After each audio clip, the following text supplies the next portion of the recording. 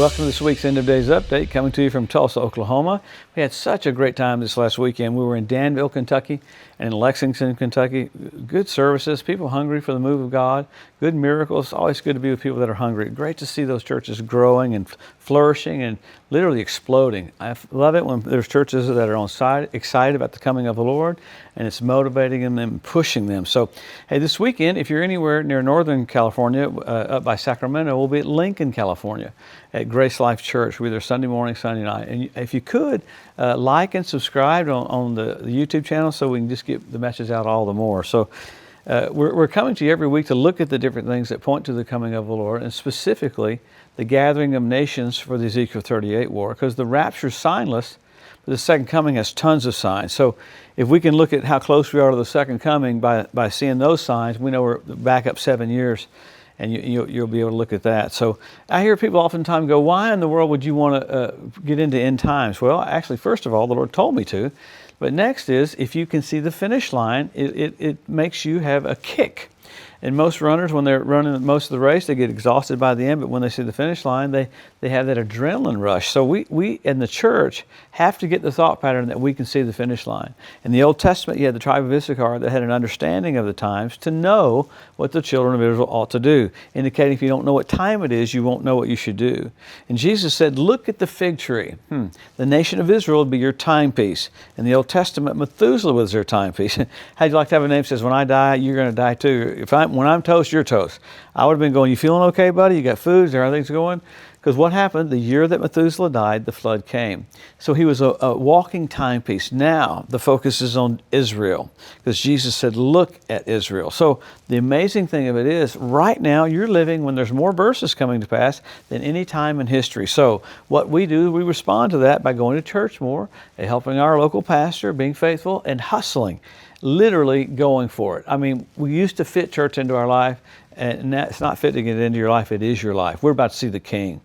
So with all that said, boy, some stuff happened over the weekend. There was such a lot of DVDs coming out, a lot of videos coming out, a lot of information coming out about the thought pattern of it being how close we are to the coming of the Lord, even talking about the rapture being next September. Well, the thing about being next September, it got big and big and big. So what happened was they got into the thought pattern of that since 1948, there's only been 6 occurrences of 2,550 days between the Feast of Trumpets and Passover. That would be September 22nd all the way to the 7th in the final. There were 7 in the final occurrences. So as crazy as that all sounds, it makes sense. The certain amount of days have to be flawless. Well, they had it shown how flawless it was. And man, when you get into all the numbers with this, it's overwhelming, but it is cool that they all measure up. The problem with what they were talking about this weekend, and that September 22nd being the rapture, the problem was there's probably a gap between the rapture and the signing of the 7-year agreement, okay? Now, there's been all the talk of the signing of the 7-year agreement just in the last, literally, few weeks. When I was in France, that was supposed to happen 2 weeks later, so that freaked me out.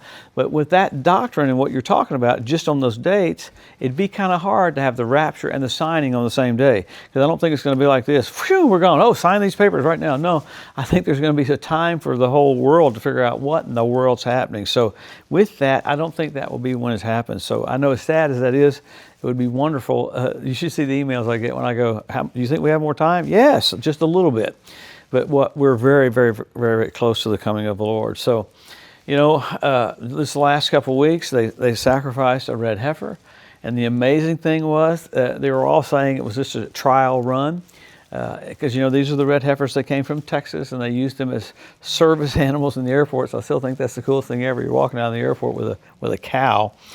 Well, the talk was it had a black hair and a gray hair, so those animals weren't good, and it wouldn't work, so they weren't going to be able to do them. So what happened was they went ahead and had sacrifices, but they said they didn't qualify. Well, they came back this next week and said, you know what, they did qualify.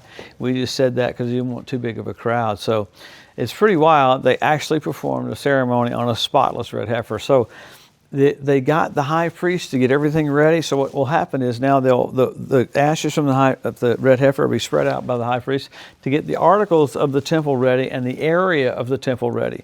Remember how Jesus told Moses when they were up on the mountain, he said, hey, take your shoes off. The dirt's holy because I'm standing here. So that thought pattern, you have that happening right now with the red heifer. So this is really wild. You have them able to walk on the Temple Mount. You have them electing a high priest. I mean, this is stuff that you're going to see after we're gone. And man, that's all getting ready right now. So all the things leading up to this so push us to do the will of God that it gets every week more blatant that it's happening. Wow. You had the Israeli Defense Forces. They struck a Houthi power plant. And they went for the president's palace. And they didn't get them, but they're trying to get them. Who would think that the Houthis would be firing so many missiles at Israel? 5 years ago, they kept their mouth shut, didn't do whatever. Now they're firing missiles and boasting about how we're firing missiles at Israel. So I'm glad Israel finally went after them to stop that. Netanyahu ended up praising the Lebanese government for a decision to disarm Hezbollah, of course. Says that Israel's ready to support them. I mean, it's kind of ridiculous when that Netanyahu talks about how Lebanon was basically held hostage by Hamas. So finally, it's not going to be under their rule and their control. Now, Hamas, they thought they've gotten rid of them, and they haven't. That's why Israel hit that hospital. There were all these major players for Hamas in the hospital. So, of course, what would come out is saying that Israel's crazy. No, Israel's trying to keep the collateral damage down as much as they can, but they still got to kill these people that killed them. When you talk about people, they made them watch their children burn to death. They cut the babies' heads off. They cut people's hearts out. I mean, this is a psycho thought pattern. When they cut the babies' heads off, they strung their heads up. So when I went in those rooms and saw how they shot, they didn't just shoot evenly like this. They went crazy, spraying bullets everywhere. So Israel is having to basically protect itself because of this thought pattern of all these nations around her coming after her. And you finally had Jordan enforce a mandatory service. They're afraid Iran's going to start killing everybody. So you have the Jordanian government making them sign up for the army just like Israel does. And this one's really wild because you're getting all this talk about exact numbers for when the rapture and the second coming are going to be, and now you have the Ayatollah Khomeini in Iran. He says Iran will not obey the U.S. and says the tensions are unsolvable. Well, it's interesting that he says that and then comes out with, we have a new missile that has a guidance system so flawless we can hit a dime in Israel. So he's touting that. And then you have Russia getting freaked out because Iran's defense system got blown away, and that's what Russia has for their whole country. I do like that the International Atomic Energy Agency came this week, first time in a while were they allowed to come there, and just as they walked in, they said there were centrifuges everywhere where Iran has been hiding those again. So we're sad that we didn't get all of them, but it looks like they're ready again. And that's what they said publicly. They said, we're ready to nuke America. Even Khomeini last week said, we'll park off the coast of Washington and we'll blow Washington out of the ground. So you had a German imam said, if you're a non-Muslim, Allah's going to kill you. So you're getting verbiage from people in Germany. Germany, they were allowed to say that, but the president of Germany said, we're not ready to have a Palestinian state. All this pressure this last week was about getting a Palestinian state, and all the signage of the 7-year agreement was about getting a Palestinian state. When it comes down to it, you're going to watch it be about the borders from the Six-Day War. It will be exactly flawlessly the borders for when Jerusalem was won back. And that should preach to us. You had the U.S., it was criticizing Emmanuel Macron for failing to act on anti-Semitism. I like he was kind of put in the hot seat because there's all this anti-Semitism happening all over the country and no one says a word. You had Islamic flags that were raised in Finland for most historic cathedral. I mean, how weird is that to be promoting that? And then you had in New York, you had a Palestinian parade, which is bizarre, for Pakistan. Now, why is that a big deal? Pakistan kept Osama bin Laden there protected, and we had to go find him. So to have a Pakistani parade in New York City after 9/11, that's a little crazy. You had 600 people get killed in flooding in India. The talk of a huge asteroid that was emitting all these gases so they could see it. So you've got things in the earth, things in the heavens. You have everything set up for the coming of the Lord. The nations getting in position where they're supposed to be. It's just crazy watching Russia and the Ukraine going back and forth. But those are different things that have to get in position. So with all that, I know we get into it every week, but man, the Bible is so clear. We always go back to the Word. Things change, things come and go, but the Word never changes. So what happens? In the Bible, we see where Jesus said, the generation that sees Israel brought back to their land and Jerusalem won back, he said, that generation is when I'm coming back. But then after that, you've got the Hebrew language restored. You got the Ethiopian Jews brought back. You got the fertility of the land of Israel. You got the revival of the Roman Empire. I mean, you've got foxes showing up on the Temple Mount. You got fish in the Dead Sea. The Dead Sea turned blood red where Sodom and Gomorrah was. That's absolutely amazing. You had the Temple Mount where the ritual baths around the Temple Mount got filled up with water. First time in 2,000 years.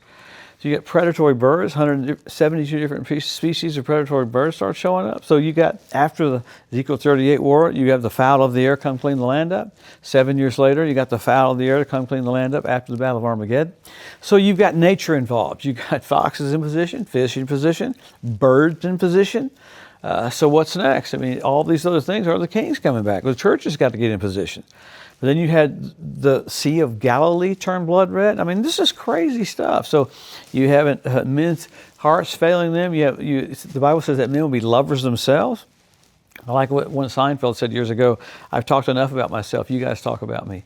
I remember guys holding up selfie sticks, 2 selfie sticks in Los Angeles, almost got hit by a car because he wanted to take photos of himself. How weird is that? So you have all these different things that are tangible that you can look at that preach to us that he's coming.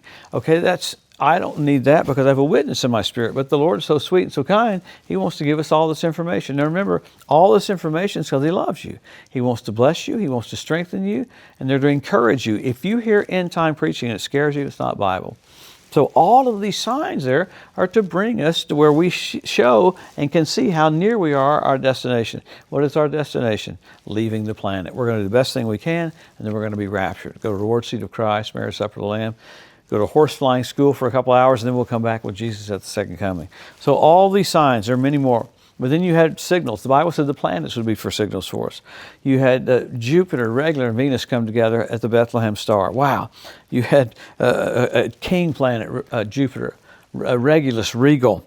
All these coming together. Regulus did retrograde motion and it was crowning Jupiter. That happened when Jesus was born. Pretty big deal. What was the constellation? Virgo. This last year that happened again, what was the constellation? Leo. He's the lion of the tribe of Judah. Then you had blood red moons on Passover and Tabernacles a few years ago. I mean, how remarkable is that? On Passover and Tabernacles, NASA called that a tetrad, 4 in a row. When's the last time you had 4 in a row on Passover and Tabernacles? 1967 when Jerusalem was won back. 1948 when Israel was made a nation. 1492 at the Edict of Expulsion when the Jews were kicked out of Spain. And God raised up Columbus to sail the ocean blue in 1492. And what did he find? America, safe harbor for the Jews. So you have all these signs, all these signals pointing to the return of the Lord. Wow, how blessed are we? Well, let's respond accordingly. Let's hustle. Let's go for it. Let's pray more. Let's witness more. Let's do everything we can. Let's be wholehearted. I couldn't imagine a football team in the playoffs or maybe in the Super Bowl. I'm exhausted, man. My knees are hurting me. No, when the quarterback needs you to go long, you go long.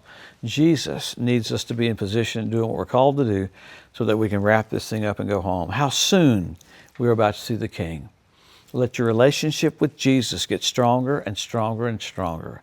He's the Alpha and the Omega. He's the beginning and the end. He's the firstborn from the dead. He's the righteous branch. He's the lily of the valley. He's the King of kings and the Lord of lords. Wow. We're going to go up with him so soon and come back with him at the second coming. Have a blessed week. We'll look at see what's happening with Iran, with nuclear war, with Russia, Ukraine, all these different things that are pointing to the coming of the Lord and a push for Israel to sign a 7-year agreement. Wow, so soon. Have a blessed week. We'll see you next Wednesday. Thanks for joining us today at the End of Days Update. If you'd like to be notified every time there's a new post, just go to the edu at josephmorris.com and subscribe to receive email alerts. If these posts and updates have been a blessing to you, please consider making a one-time donation to help get the message out or even becoming a monthly partner with Joseph Morris Ministries. Thanks again for tuning in to the EDU, and we'll see you next week.